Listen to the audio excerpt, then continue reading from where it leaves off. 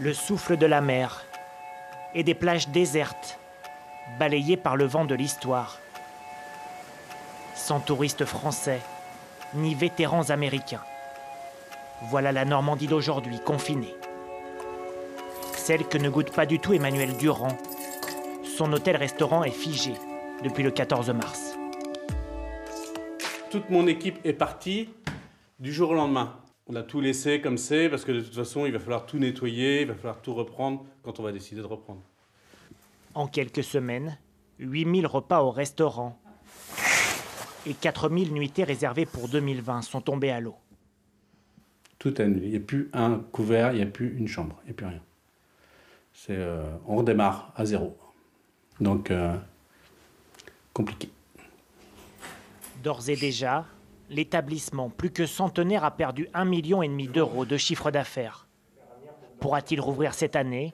C'est toute la question pour Emmanuel Durand. La reprise, on est vraiment dans l'inconnu. On ne sait pas de quelle façon on peut ouvrir, comment faire avec nos salariés. Aujourd'hui, l'horizon de la Normandie tout entière est bouché. Même les commémorations du débarquement qui font battre chaque année le cœur de la région ont pour la plupart été rayées du calendrier. À Sainte-Mère-Église, village mythique du 6 juin, Louisette et Jean-Jacques Leduc font les comptes. Et ils ne sont pas bons. Là aussi, ce chèque-là va être détruit. Les deux bénévoles ont annulé le traditionnel banquet en l'honneur des vétérans américains. 600 réservations déjà réglées qu'il a fallu rembourser. Du jour au lendemain, tout ce qu'on a tricoté, on le détricote. On renvoie les chèques, on les bascule sur 2021. On a l'impression que tout s'est écroulé.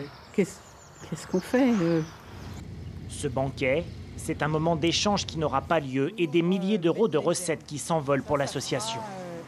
Des fonds qui auraient dû permettre la rénovation de cette stèle au cœur du village. On est triste que ce ne soit pas fait, ce qu'on avait décidé, que ça ne puisse pas être fait, même si ce n'est qu'à journée. Avec la perspective du déconfinement, la Normandie aimerait pourtant vite passer à autre chose.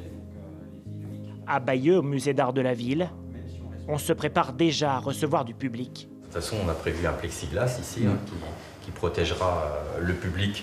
Avec seulement 150 visiteurs par jour en moyenne, le lieu entrerait dans la catégorie des petits musées fixés par le gouvernement. Son ouverture pourrait être prochainement autorisée. On est l'arme au pied, on doit être irréprochable, on va faire en sorte que, et dès le jour J, dès qu'on donnera le top départ, on sera prêt.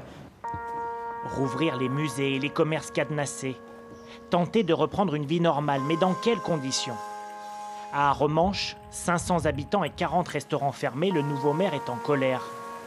Même après le 11 mai, l'accès à la plage pourrait rester fermé sur ordre des autorités. Ça serait ridicule. C'est comme si vous dites à quelqu'un, vous pouvez reprendre votre voiture, mais on ne vous mettra pas de carburant dedans. S'il n'y a pas de restaurant, pas de plage et pas de musée, c'est pas la peine. On reste dans le confinement total et puis on s'en dehors. Avec une clientèle touristique majoritairement composée d'étrangers et un déconfinement aux contours incertains, la Normandie s'attend à vivre un choc économique dans les mois à venir.